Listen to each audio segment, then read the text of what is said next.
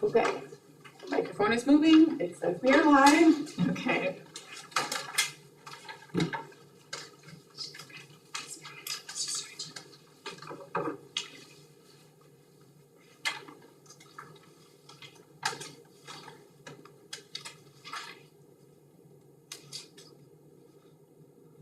We're live, okay. All right, confirmed. All right, welcome. This is the School District of Menominee Falls Curriculum and Learning Committee meeting. Today is Wednesday, June 18th, 2025. This is a Board of Education meeting. There is a possibility that a quorum of the full membership of the Board of Education may be in attendance at board committee meetings, including virtual meetings. There will be no full board action taken at any board committee meeting. Only members of the committee may vote on any item on the agenda. A live broadcast will be streamed to the school district YouTube page. To watch the recorded meeting, please follow the School District of Menominee Falls YouTube site. We are located in the School District of Menominee Falls District Office Conference Room 3344-3345 on Pilgrim Road in Menominee Falls. And the meeting is called to order at 5:31 and has the meeting been properly posted? Yes. All right. So I need a motion for approval of minutes, from May 21st Curriculum and Learning Committee meeting. I'm just gonna take a look at it, looks good. I can motion.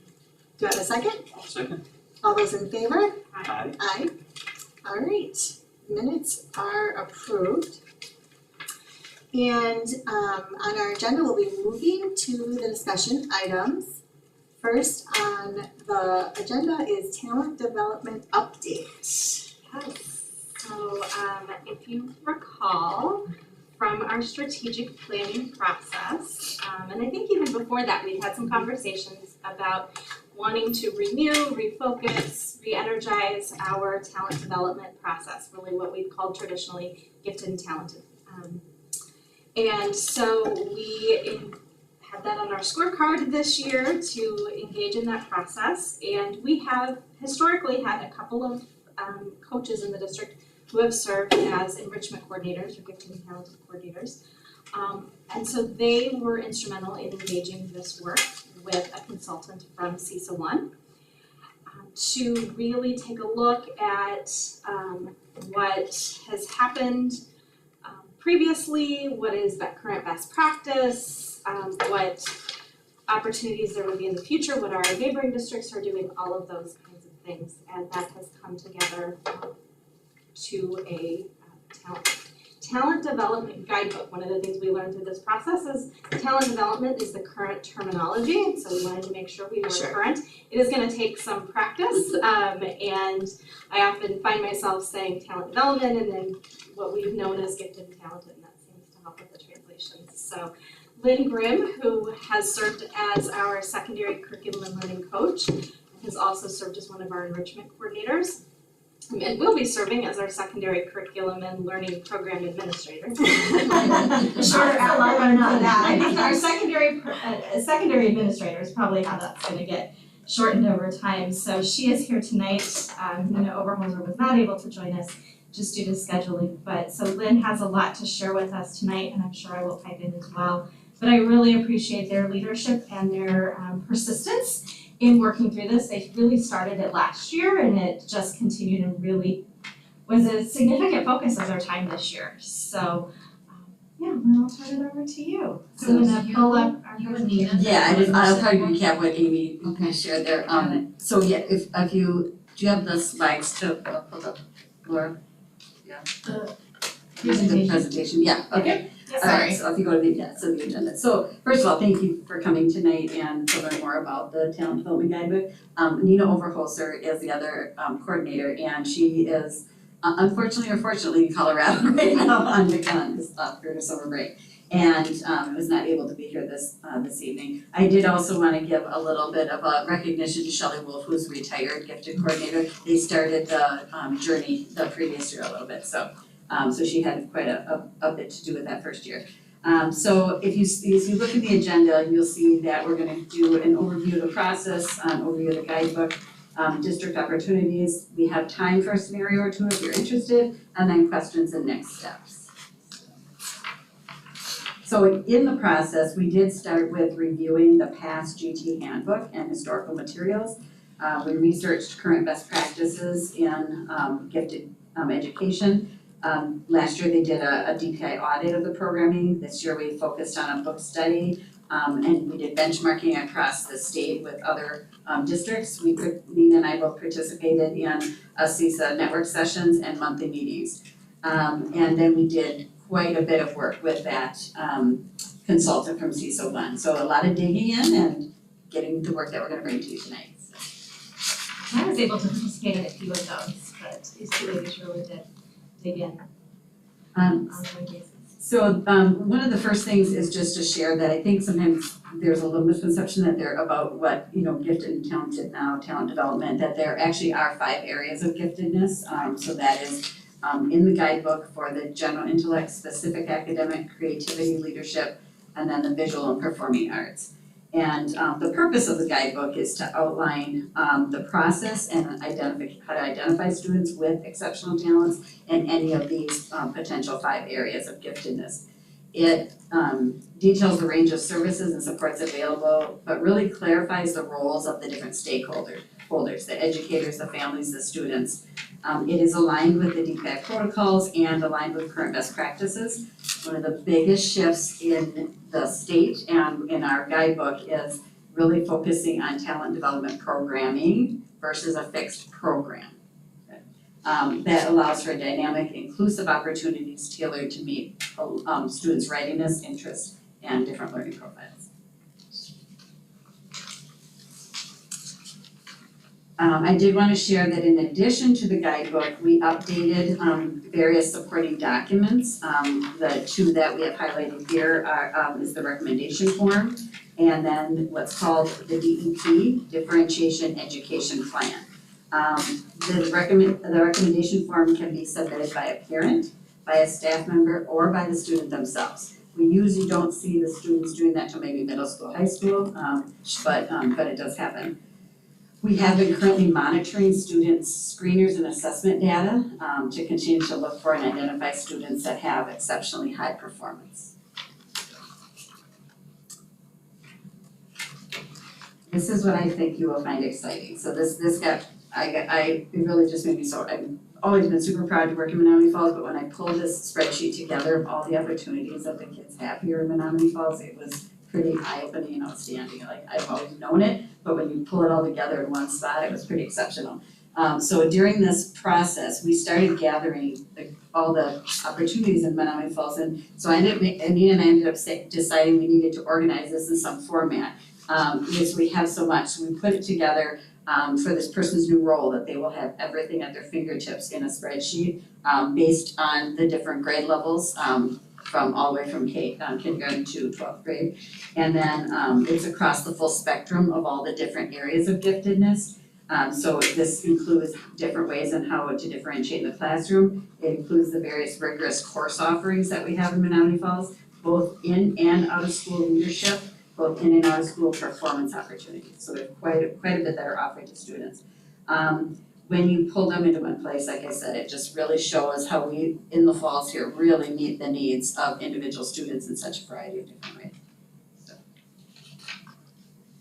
It looks like it was more heavily, to me, more heavily based more on like the secondary.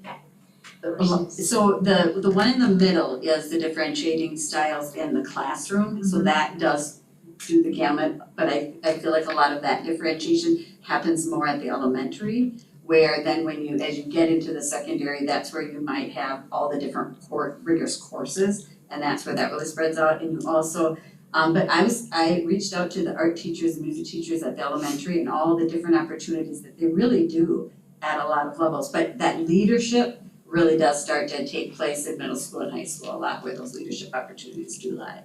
Sure. But again, all those links you see open up, and we just couldn't, it's a lot, so it's pretty exciting.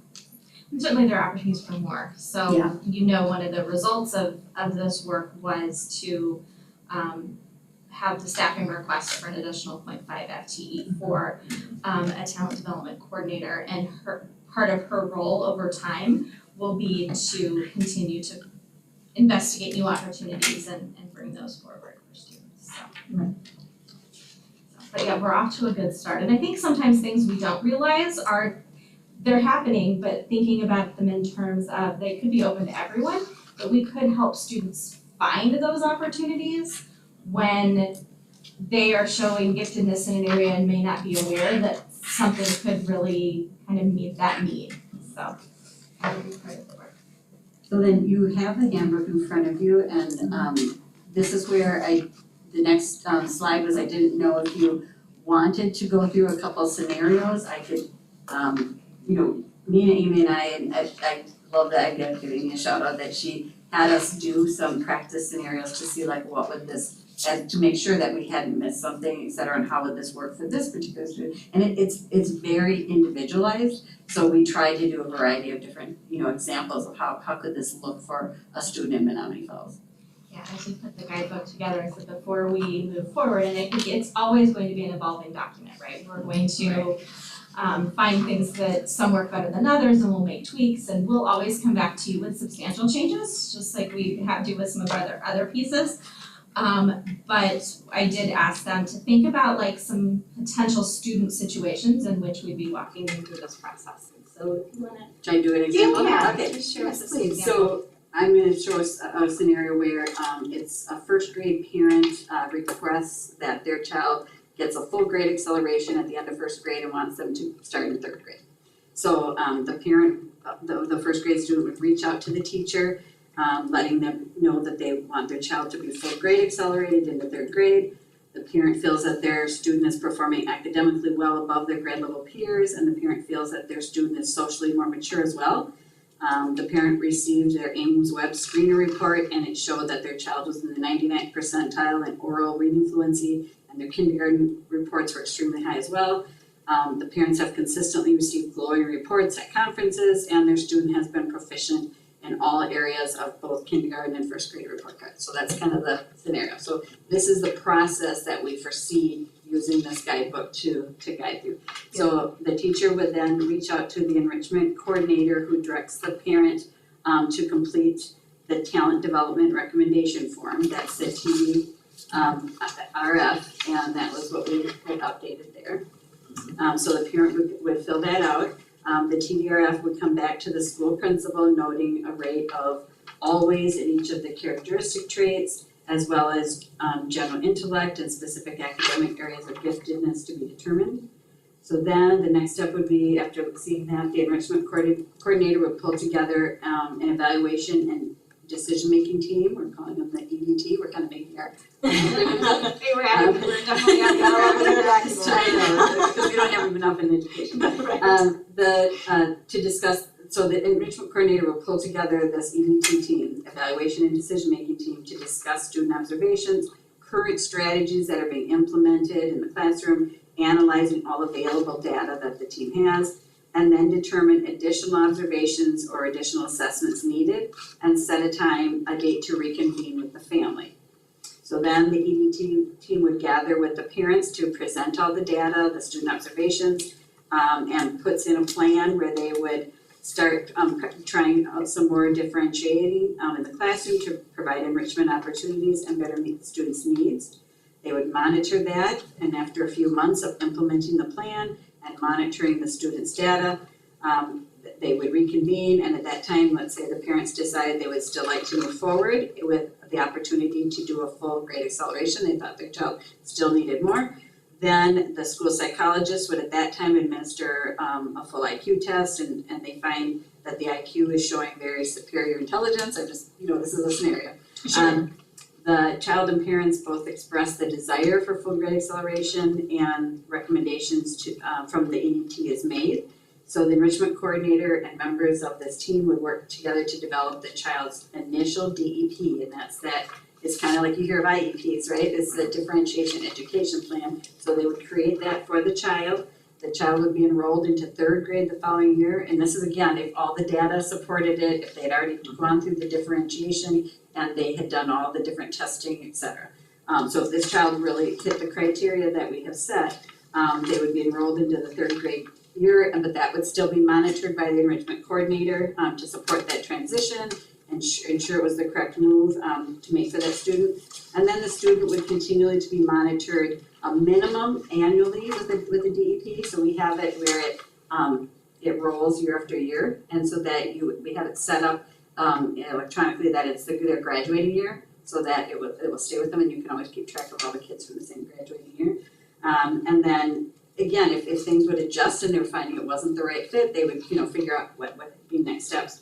But so then adjustments of the DEP would occur, and that would be like one example. So that's a full grade acceleration. Right. That's a student who's showing, The 97 to 99 percentile in all these different ways, and all the differentiation is not maybe even enough to meet that child's needs. you kind of start with, similarly to what we do with students who are showing an academic need, start with what can we do in the class, they're getting that kind of that tier 1 classroom instruction, and then if they need, tier 2, something a little bit different, and that would be classroom differentiation.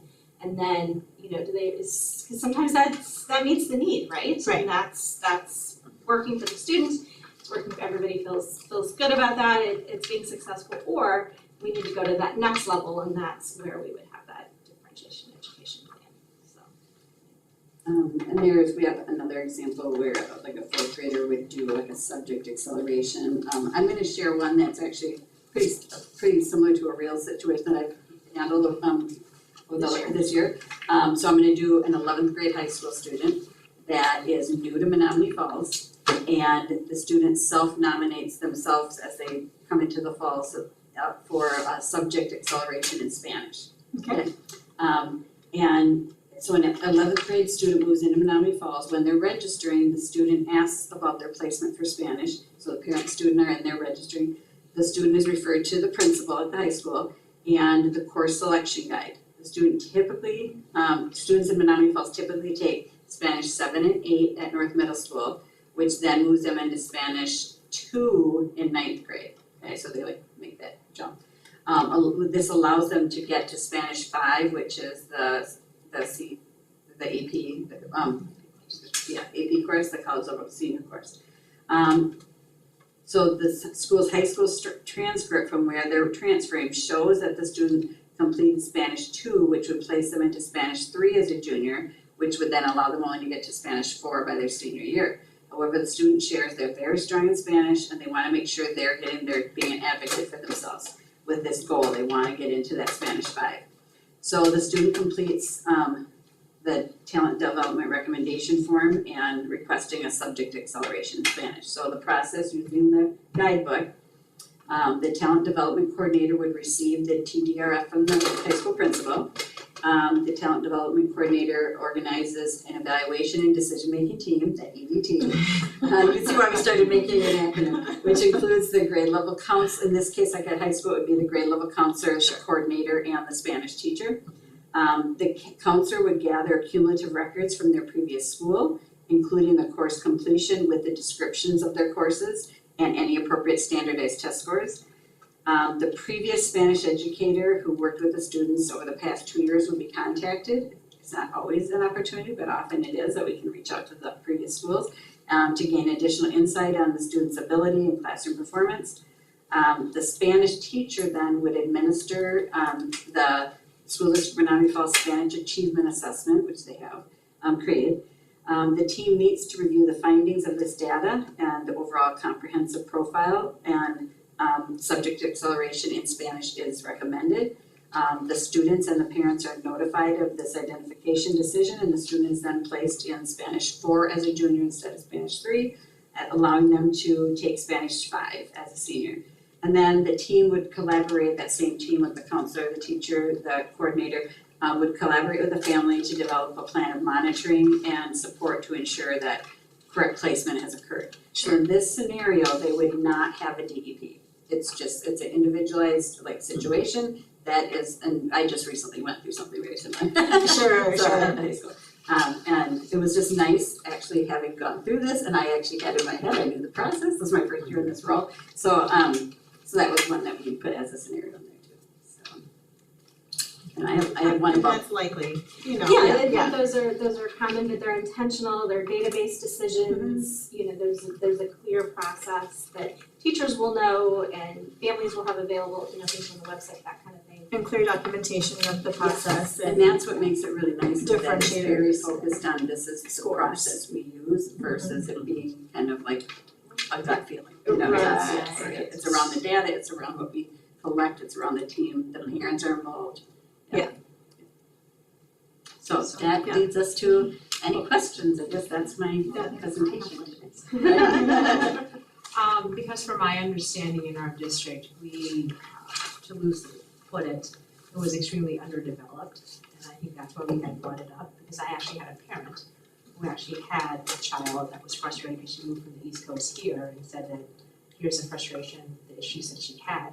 So my question is, when you actually developed, which is really great because I reviewed it, how much of this was actually in our district versus what you actually garnered from either CISA or other districts? Is this something that I would say it was a hybrid blend. I mean, we had different processes in place, it just hadn't been looked at for many, many years. And so I think it was a lot of the work for, like I said, that spreadsheet was pulling all that together to, Nina and I really tried to prepare everything we could to set this new person up in this role. And we're gonna be there to support her along her journey too. But really, I think we had a lot of really great discussions under Amy's direction of like, where are we setting those bars and what is the expectations and just, I think the process had gotten a little loose. A little- And yeah, a yes, little and it loose just over needed to be time. streamlined. And Yeah, drift. It's drift, so I feel like, yes, we're working on the drift. I think the other thing too, having somebody in that role who, and designated person. a designated Yes, really, that would be person key. who that is their work, one, to help develop those continued opportunities, to actually provide those as appropriate, to also communicate to the schools and to, you know, that this process now exists. Right. Now, we're gonna have to slow roll this, we've got one person in a part-time position to start, so we're gonna have to be really intentional and thoughtful about this. We're also going to have to help teachers with differentiation, that's something I think that we just have varying levels of experience with, and so continued professional learning will also be a part of this. Because again, what was new to me and to my surprise is the 5 areas Mhm. of giftedness, which I'm historically, I guess all of us are very familiar with the general intellect and the specific academic. So my question is, and I know, you know, this is a great first start, wonderful work, because again, I started David on the while to get this start, so it's wonderful, and I know it's gonna be a learning curve for us, depending on what we experience, but I understand that general intellect and specific academic, they're tangibles, right? There's data points that we can actually then assess and follow. How in the world do we actually, you know, start have a with scenario for that one. Would you like me to go through it? Because it's so subjective, It is, so yeah. any child, any parent goes, my child is extremely talented. Right. And in order to like gauge that, how do we actually gauge it when it's, to me personally, very subjective? So I'll do an example of a middle Okay. school student. So this is a 6th grade middle school student that during quarter 1, the art teacher, I Is noticed. this just an example that Yeah. we just experienced, or is it just No, like this a is random? a scenario. Yeah, Oh, some of okay, them we okay. just, was Some like, of what them could we what could we do anticipate? into Okay. and having been in middle school for 28 years, I knew how it would all work in a way too. So during quarter 1 of 6th grade, the art teacher identifies a strong talent of art ability with a 6th grade student. And the student who is enrolled in the required 6-week art course. Okay. That same student is showing extremely high potential in 6th grade band and doing like really strong performance there. So these two teachers both meet, let's say they talk to the guidance counselor about the student, and so that the teachers fill out the TDRF, so this would be then a teacher filling one out. That first scenario, we had the parent, we had a student, this would be an example of like the 2 teachers fill this out, and they focus around the student's creativity, visual and performing arts, and submit it to the middle school principal. So in this case, the talent development coordinator would receive the TDRF. They would organize a collaborative evaluation and decision-making team, the EDT, in this case would include like the grade level counselor, the art teacher, and the band teacher. The counselor would gather records and they would reach out to the elementary school that student came from and talk to the music instructor and the art instructor there to gather information about the student. And they would gather any appropriate standardized test scores, and then they would also gather portfolio of work. That goes to like what you were questioning. Okay. So they would like pull together some of the students' work. Previous elementary counselor, they would have their classroom teachers, one or two, the art teacher, music teacher, and they would probably pull in the art teacher, music teacher from the past 2 years if they could make it. Some of that might be virtual, type of thing, to gain insight on the student's ability level and classroom performance. So the team would meet to review the findings and the profile of the student's ability and potential, and they would start doing some student observations and current strategies that were being implemented and analyze all available data. So if the team determines this child we need additional observations and assessments needed, then they would meet with the family and they would present all this data to the family and share that they are noticing this level of talent that they feel needs some development. And then so in this scenario, I just know our art and our music staff very well and what they all offer, and it's a lot.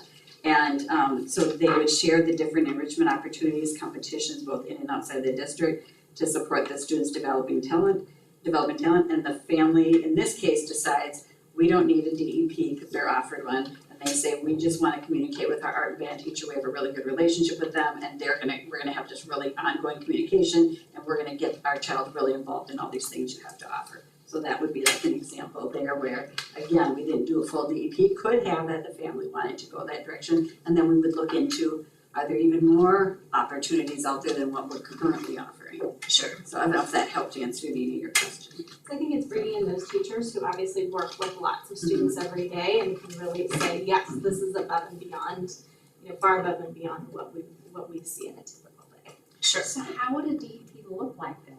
Because I'm looking at the DEP here and it has benchmarks, test scores, and how, or is there It one would be for more the different- portfolio, it would be more the observations, it would be that anecdotal data, I guess, a little bit that way. And a lot of it really does have to do with, in a situation like leadership or performance, it has to be that the students and family are interested in this and want this, and then it's that partnership and it's digging into what are the needs of this individual child, so. So I'm not creating more work, No, it's yep, just something that I saw. So I don't know if there should be a different one, a DEP form for like the academia students versus another one for the, the Like almost have two different branches, Like two like, different yeah. branches because And that would be how something we could you know what I mean, monitor and see, yeah. right?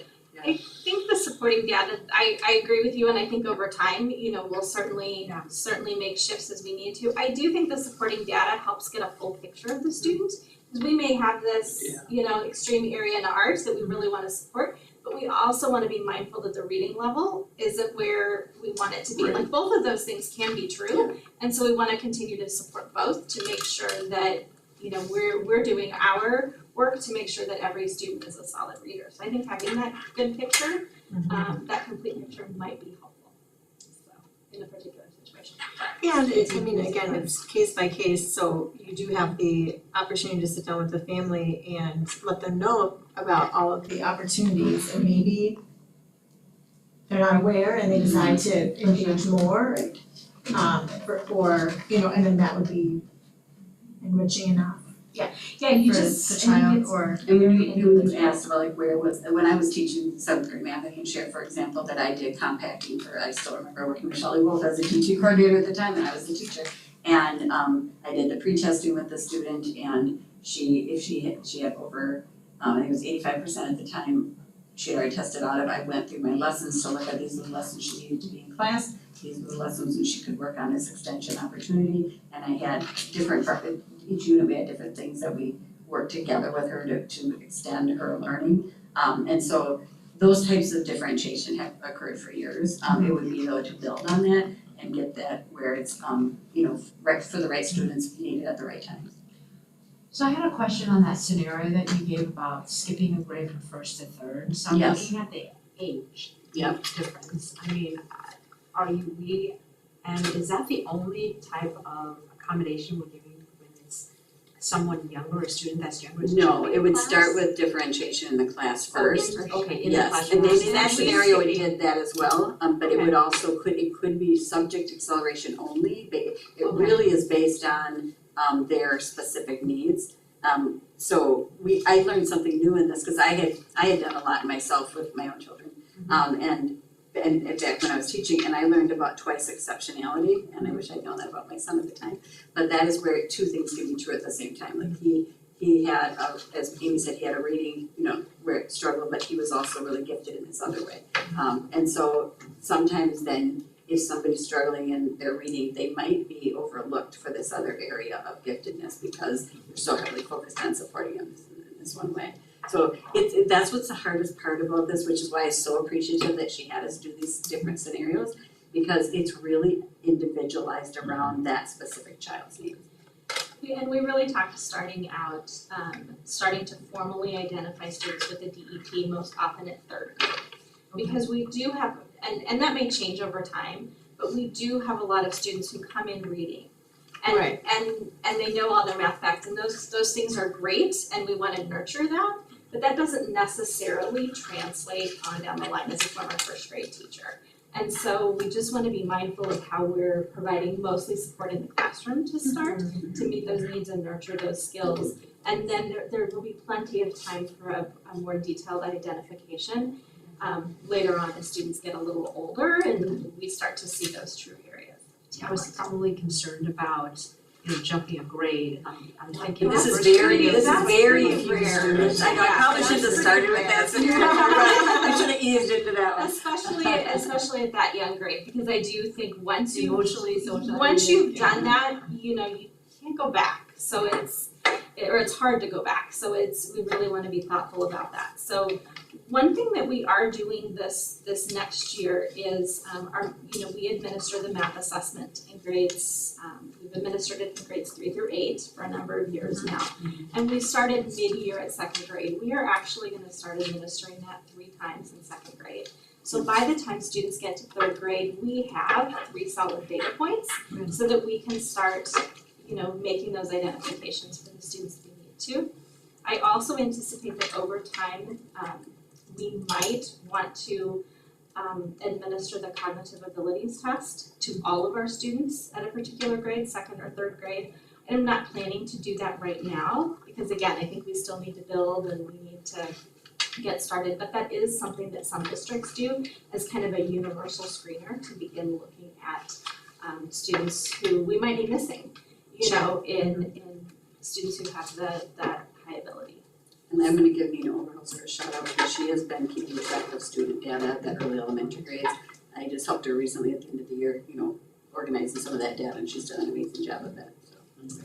So I think we're in a really good place. I'm very excited about the talent development coordinator that we've hired. She has 10 years experience as a gifted and talented resource teacher at the elementary level in another state, and is coming with all sorts of ideas and just experiences that she's had in providing enrichment for students. So she's very excited about the idea of relaunching a program in the district. So Yeah, I'm excited. Been asking. yeah, so it took us a little time, but There was a lot of digging, and but I think it's It was worth the wait though, I very have to tell needed you. work, yes. It's worth the wait, and to have a systematic type of framework for us to start with, because I'm all about process. yeah, so I think we've been very clear. They've tested it out with some scenarios and we'll be excited to really dig into it. Again, slow roll, it's gonna take us some time. But I think we're headed in the right direction. Really Great start. Yeah. Absolutely. Thanks for having me, appreciate it. Yeah, Thank you. A special thank you to Lynn and Nina who really dug in and stuck with us, so thank you. Thank you, have a good night. Yeah. All right, we are gonna move on to district curriculum renewal cycle. Yes, just another cycle, yes. That's why they call it a cycle, Yeah, they don't really. And something that's always in flux that I developed when I first came here Probably I was a few months into the job, and just for my own, like, laying it out and seeing, because what I was noticing was we really needed to get in the cycle. Every curricular area should be somewhere in the cycle at any one time, and we should be constantly looking at what do we need to renew next. So I kind of did it just for myself, and I think I shared it at one point with curricular chairs, and then I played with it a little bit, and I moved some things around, and I started looking at it from a curriculum adoption lens, from a standard lens, from a budget lens, all of the things. And this is where we're at right now. Every year we'll probably make some tweaks based on, because we do have to have the capacity to lead the work. We have to have the budget to support any new adoptions. But 7 years is roughly, and we've talked about that, roughly the cycle that we want to stay in. And so it really starts, in an ideal situation, it really starts with a slow process. So we take stock of what we currently are doing. What is our vision for the future? What is the latest in best practices? Are there new standards out there that we need to consider and have adopted? And then that can take a year or a year or two, and then we move into, do we need to adopt a resource? And then we're getting into piloting. That third year is really highlighted because that's where the pilot would happen. That's where the money is going, the bulk of the money is going to be most of the time. That 9 through 12 science in year 3 that whole box should be highlighted too, so I've adjusted that. But so I wanted you to know that's where the approval process comes. And then typically in that 4th year, we're implementing, we're providing professional learning. We're also beginning to see potentially the impact. Sometimes you have an implementation dip. But we're starting to look for that. We're probably coming back to you and giving you a 1-year update. That 2nd year, really year 5 of the process, again, we're continuing to implement, make tweaks. We know more than we did the 1st year we implemented. We might be coming back here for another update, and then we're monitoring the impact in some way, shape, or form, whether it's looking at student assessment data, we're always gonna look at student assessment data, but sometimes we might be surveying students, we might be surveying families, what's your experience? And then before we know it, we cycle back around again.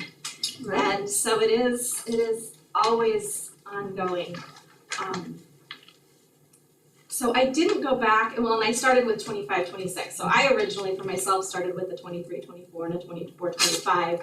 I also didn't go back and add anything that we haven't touched during my time here. I just started with what we've been working on, sure. And then I'm adding from there.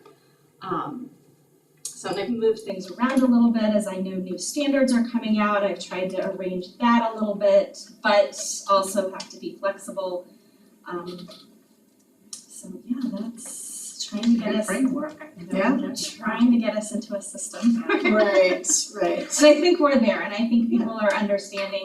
I did also, if you remember, we talked about at some point we would have to break apart social studies and ELA. We didn't want to do that at the same time. So I did in the future, you can see it back in, I think it's in 2031, 2032, I put K-12 social studies back together, and then I put K-12 ELA in a separate year. I also have that blank year there because that's going to be a little budget catch-up time for us. So typically you wouldn't have that space there, you'd always be working on something, but I thought that was necessary for a point in time. So, because we're trying to stay future purchases, we're trying to keep within the curriculum and learning budget, so that's gonna take some time to build some carryover for some of the bigger items. Okay. Any questions or? Like it. Great, thank you. Great, yes, thank you. I will keep you updated on if there are, big shifts, but again, there probably are little tweaks here and there based on. It's nice to see this like overview. Yeah. Knowing what's next, et cetera, and what year. Yeah, and very well thought through with implementation, budget, it's all a piece of the puzzle, so. For sure. I'd like to do, of course, all right now, but I know that's just. You haven't had enough yet? No, like it all No, it's just over here. No, realistic, I'm a realist here, I think we've got to pace ourselves, so. Right. Alright, thank you. Alright, and then for the recurring discussion item, the committee agenda items, Yes, so I had a German trip request come in. I did review that and have a few more questions, so I have sent that back to the school, so that's why that's not on tonight's agenda. But I do anticipate that might be ready for July. Okay. So the other items that are outstanding, I know the physical education standards review and adoption, they were in their first year of a cycle this year. They're planning to come talk to us in fall, just to update us on where they are. The procedure development for policy 330 curriculum review, I'm not sure that, given our Neola status, I'm not sure if that's what we wanna work on right now. I do feel like the policy we have in place and the work we're doing are in alignment. Right.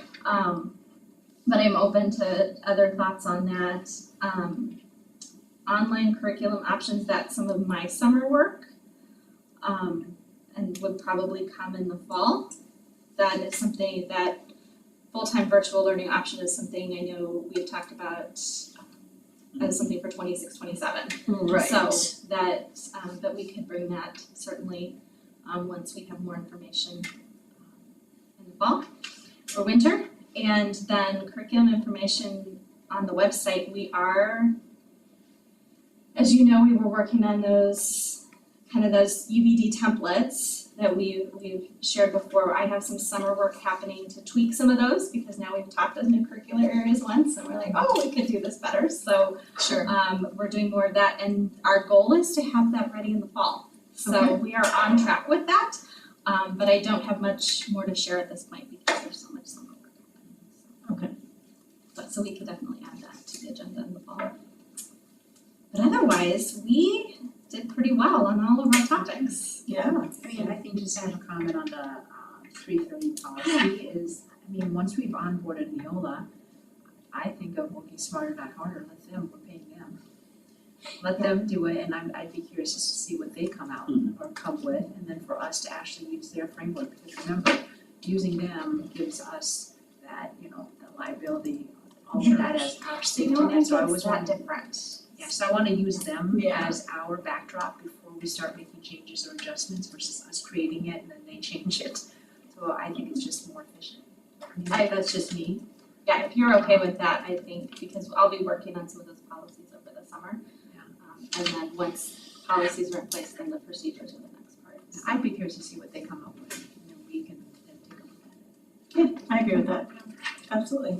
And I'm actually really excited to see the transparency for the curriculum on the website too. I know that was something that had come up in the Absolutely. 5-year strategic plan. A lot of the parents' feedback was just wanting more information and having that in one place for them to know where to go, click here, and Dan Halverson's. that communication Well, he's that working on comes along with working on it. the website and I'm gonna have to catch him before he goes to super. I'm like, hold on, we gotta make sure this all works. But yeah, so I think that's gonna be helpful. So now is not the right time anyway to try to put, new things on the website while we're doing work. And it will just, we're not going back and doing any old curricular areas. We're just picking up. So we'll have ELA and social studies that will be ready to go. And then as we onboard math, we'll have that. So it's gonna be a process. Well, and we have the new guidance curriculum and there's already the Yes. access to that for parents to For see sure. through email or online. This is what Yes. we're covering this year or semester with, So I think that there's a lot of information going out for parents to see, For sure. here's what your student is doing, Yeah, you know, absolutely. during the day. They can already go and see what third grade ELA looks like. They just don't have the unit plans that we've Class written specific, right? on there yet, but that will be the addition. Very good. All right. So if there's not any other questions or comments, then I need a motion to adjourn. I'll second. All those in favor? Aye. Okay, we are adjourned at 6:13 PM. That was a lot of good news. So updates and good news and progress.